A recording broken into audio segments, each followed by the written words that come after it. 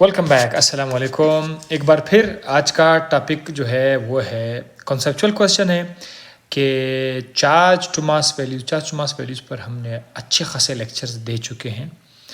Charge to mass value of positive rays हमेशा हमेशा हमेशा क्यों कम रहते हैं charge to mass ratio of electron से।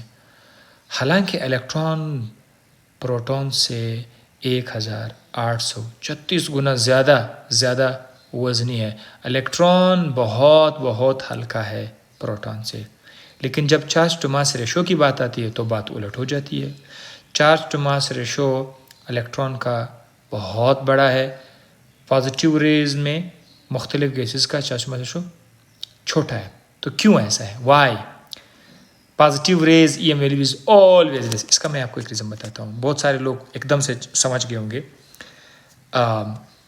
सपोज करते हैं आपकी स्क्रीन पर मैंने गैसेस लिखे हुए हैं। 3 गैसेस हैं। एक गैस का एटॉमिक मास 10 है। ये दूसरा गैस है, इसका एटॉमिक मास 16 है। चलो डिफरेंट गैस है। वैल्यूज़ मैंने अपने से लिखे हुए हैं, अपने से सारा वैल्यूज़ अपने से मैं कर रहा हूँ चीज़ समझाने के लिए। और ये तीसरा गैस है, उसका एटॉमिक मास 20 है। 3 गैसेस है और इन 3 गैसेस का हम कैथोड रे भी बनाते हैं, पॉजिटिव रे भी बनाते हैं। देखते हैं कि EM उसका चार्ज टू मास वैल्यू क्या आता है। देखो, एक चीज़ तो हमें पता है कि चार्ज टू मास रेशो का मतलब ये है कि किसी भी आयन का चार्ज डिवाइड करते हैं उसके मास के ऊपर M। तो जो चार्ज को मास पे डिवाइड करेंगे जो आंसर आएगा उसका नाम है चार्ज टू मास रेशो। मज़े की बात यह है, चाहे प्रोटॉन है, इलेक्ट्रॉन है, पॉजिटिव रे है, कैथोड रे है, उनका चार्ज टू मास रेशो है कि जब तक चार्ज है, जब तक मास है, तो चार्ज टू मास रेशो तो होगा। और एक थोड़ा सा मैं मैथ की तरफ थोड़ा सा आपको लेके जाता हूँ। एक चीज़ तो कॉमन है, जब भी आप लोग बिग नंबर को स्मॉल नंबर पे डिवाइड करते हैं, आंसर हमेशा बिग ही आता है। मतलब इतना बिग तो नहीं आता, लेकिन यह है कि वो फ्रैक्शन से बच जाता है। मिसाल के तौर पर बिग नंबर मेरे पास 8 है, स्मॉल नंबर मेरे पास 4 है। अगर मैं 8 को 4 पे डिवाइड करूँ तो आंसर तो 2 आएगा। आंसर छोटा है लेकिन वो आशार्य में नहीं गया। अच्छा, अब अगर मैं स्मॉल नंबर को डिवाइड करूँ बिग नंबर पर, यानी 4 को डिवाइड करूँ 8 पर, तो इसका आंसर क्या आएगा? इसका आंसर आ जाएगा 0.5। तो ये कॉमन रूल है, बड़े नंबर को छोटे नंबर पे डिवाइड करोगे तो आंसर फ्रैक्शन में नहीं आएगा। लेकिन जब आप छोटे नंबर को बड़े नंबर पे डिवाइड करोगे तो आंसर फ्रैक्शन में आएगा, बहुत स्मॉल आएगा। ये देखो ना, मैंने लिखा वेरी स्मॉल। अच्छा ठीक है, ये बात तो आपको समझ आ गई। अब 3 गैसेस है। हम गैस नंबर 1 जिसका एटॉमिक मास 10 है, इसका हम कैथोड रे बना लेते हैं। ठीक है, जब हम इसका कैथोड रे बना लेते हैं तो इसका कैथोड रे अगर आप बनाओगे भी तो इसके अंदर है क्या चीज़। अगर आप इसका कैथोड रे बनाओगे, जब आप इसका कैथोड रे बनाओगे तो इसके अंदर सिर्फ और सिर्फ इलेक्ट्रॉन है और कुछ नहीं है। अब इलेक्ट्रॉन के ऊपर चार्ज हमें पता है कितना है, लेकिन मैं आसानी के लिए बता रहा हूँ कि सपोज करते हैं इलेक्ट्रॉन पर चार्ज 2 है। इलेक्ट्रॉन पर चार्ज 2 है।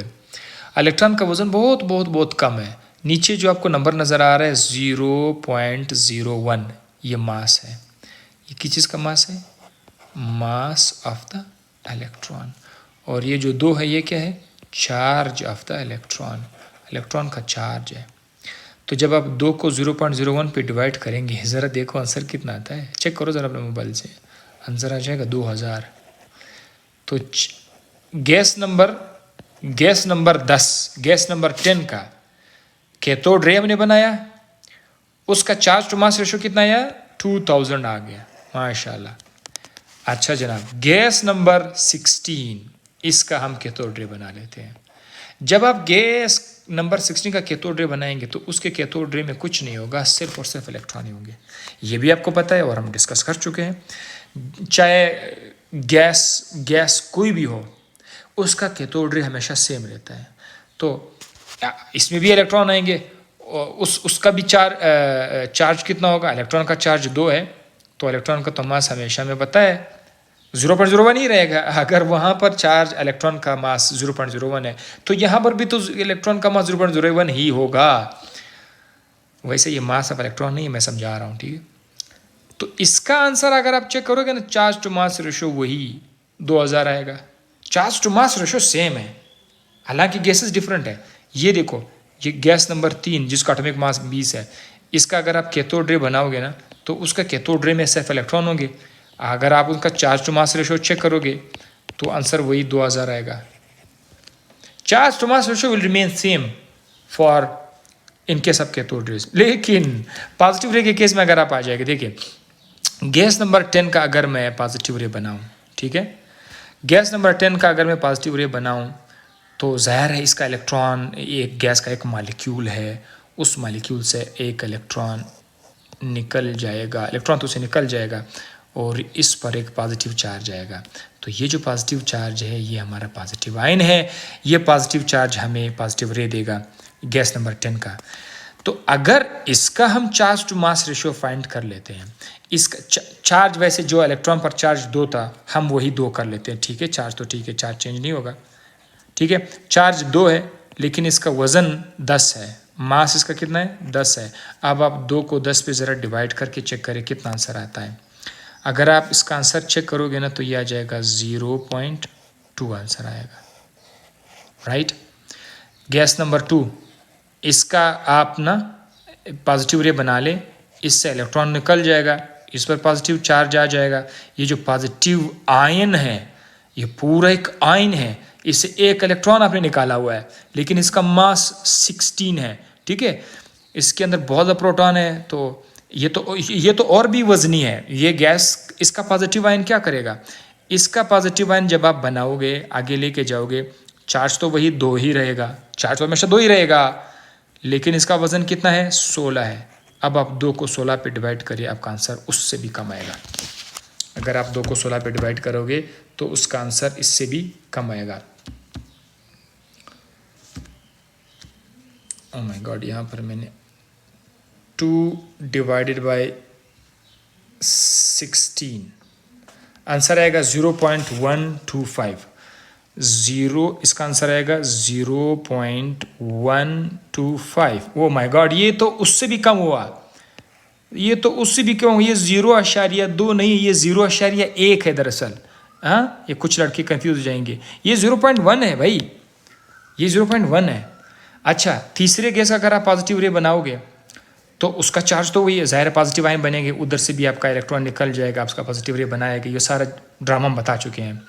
उसका पॉजिटिव रे जब बनेगा उसका अगर आप चार्ज टू मास रेशियो लोगे ना तो चार्ज तो वही रहेगा लेकिन उसका मास चेंज है, यहाँ पर 2/20 है। हाँ, जब आप 2 को 20 पे डिवाइड करोगे तो इसका आंसर क्या आ जाएगा, इसका आंसर आ जाएगा 0.1। इसके मुकाबले में वो वाला जो था वो फिर भी थोड़ा सा ज़्यादा 0.12 समथिंग था, 123, ये बिल्कुल 0.10 है। तो ये वैल्यू उससे भी नीचे होता जाता है। कमाल की बात है यार, मैं हैरान हूँ। गैस में गैस मॉलिक्यूल का वज़न बढ़ रहा है, जैसे जैसे गैस के मॉलिक्यूल का वज़न बढ़ रहा है उनका चार्ज टू मास रेशो कम हो रहा है। ये तो एक हुई। वो बेचारा जो इलेक्ट्रॉन है, इलेक्ट्रॉन का मास प्रोटॉन से 1834 गुना कम है, तो इसीलिए इलेक्ट्रॉन का चार्ज टू मास रेशो हमेशा बड़ा होता है charge to mass ratio of the positive ray से। इस तरतीब से आपको मैंने सारा का सारा समझा दिया।